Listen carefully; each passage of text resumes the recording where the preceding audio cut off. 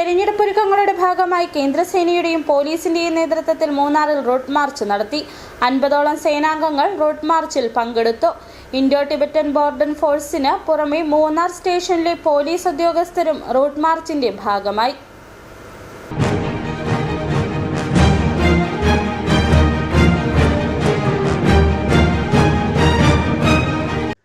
തിരഞ്ഞെടുപ്പ് ഒരുക്കങ്ങളുടെ ഭാഗമായി ജാഗ്രത കൈക്കൊള്ളുന്നതിനാണ് കേന്ദ്രസേനയുടെയും പോലീസിന്റെയും നേതൃത്വത്തിൽ മൂന്നാറിലും റൂട്ട് മാർച്ച് നടത്തിയത്.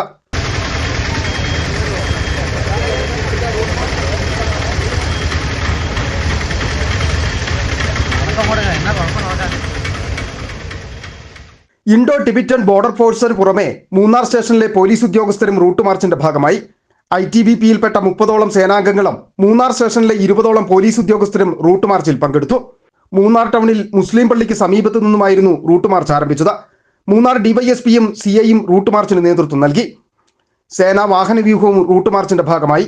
തെരഞ്ഞെടുപ്പുമായി ബന്ധപ്പെട്ട ഏതെങ്കിലും വിധത്തിലുള്ള നിയമവിരുദ്ധ പ്രവർത്തനങ്ങൾ നടക്കുന്നുണ്ടെങ്കിൽ തടയിടുവാൻ ലക്ഷ്യമിട്ടാണ് സേന ടൗണുകൾ കേന്ദ്രീകരിച്ച റൂട്ട് മാർച്ച് നടത്തുന്നത്. City vision, Munnar.